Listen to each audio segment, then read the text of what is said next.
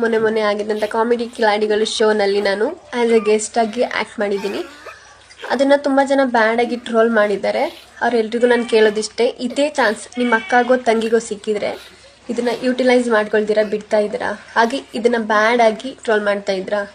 And ಹೌದು, ನಾನು ಸಾಂಗ್ನ ಕೆಟ್ಟದಾಗ ಹಾಡಿದ್ದೀನಿ, ಅದನ್ನು ನಾನು ಅರಿವು ಮಾಡಿಕೊಂಡು ಸಾರಿ ಕೂಡ ಕೇಳಿದ್ದೀನಿ. ಅರ್ಜುನ್ ಸರ್ರು ಹೇಳಿದ್ದಾರೆ ಸಾರಿ ಕೇಳೋ ಅವಶ್ಯಕತೆ ಇಲ್ಲ ಅಂತ. ಹಾಗಂತ ನಾನು ಅದನ್ನು ಮೋಟಿವೇಶನ್ ಆಗಿ ತೊಗೊತಿಲ್ಲ, ಜಸ್ಟ್ ನೆನ್ಪು ಮಾಡಿದ್ದೆ ಅಷ್ಟೇ. ಆ್ಯಂಡ್ ಏನು ಟ್ಯಾಲೆಂಟ್ ಇದೆ ಅಂತಿರಲ್ಲ, ನನ್ನ ಲೈಫಲ್ಲಿ ಫಸ್ಟ್ ಟೈಮ್ ಸ್ಟೇಜ್ ಹತ್ತಿದ್ದಂದರೆ ಕಾಮಿಡಿ ಕಿಲಾಡಿಗಳು. ತುಂಬ ಜನ ಆರ್ಟಿಸ್ಟು, ಜಡ್ಜಸ್ಸು, ಆಡಿಯನ್ಸು ತುಂಬ ಜನ ಇದ್ದರು. ಅವ್ರ ಮುಂದೆ ಎಲ್ಲ ಸ್ಟೇಜ್ ಫಿಯರ್ ಇಲ್ದಿರ ನಾನು ಆ್ಯಕ್ಟ್ ಮಾಡಿದ್ದೀನಿ. ಅದನ್ನು ನಮ್ಮ ಕಡೆ ಟ್ಯಾಲೆಂಟ್ ಅಂತಲೇ ಕರೆಯೋದು. ನಾನು ಏನು ಸಾಧನೆ ಮಾಡಿದ್ದಾರೆ ಅಂತ. ಹೌದು, ನಾನು ಸಾಧನೆ ಮಾಡಿಲ್ಲ ನಿಜ. ಸಾಧನೆ ಮಾಡೋಕ್ಕೆ ನಮ್ಮ ಕರ್ನಾಟಕ ಜನತೆ ಒಂದು ದಾರಿ ಮಾಡಿಕೊಟ್ಟಿದ್ದಾರೆ, ಅದನ್ನ ನಾನು ಯೂಸ್ ಮಾಡ್ಕೊತಿದ್ದೀನಿ ಅಷ್ಟೇ. ನೀವು ಮಾಡೋ ವೀಡಿಯೋನ ಒಂದೇ ಒಂದು ಸಲ ಯೋಚನೆ ಮಾಡಿ. ನೀವು ಮಾಡೋ ವೀಡಿಯೋನ ನಮ್ಮ ಅಪ್ಪ ಅಮ್ಮ ಏನಾದರೂ ನೋಡಿದರೆ ಅವ್ರ ಮನಸ್ಸಿಗೆ ಎಷ್ಟು ಬೇಜಾರಾಗ್ಬೋದು ಅಂತ ಯೋಚನೆ ಮಾಡಿ. ಆವಾಗ ಅದರಲ್ಲಿ ಈ ಥರ ವೀಡಿಯೋ ಮಾಡೋದನ್ನು ನಿಲ್ಲಿಸ್ತೀರ.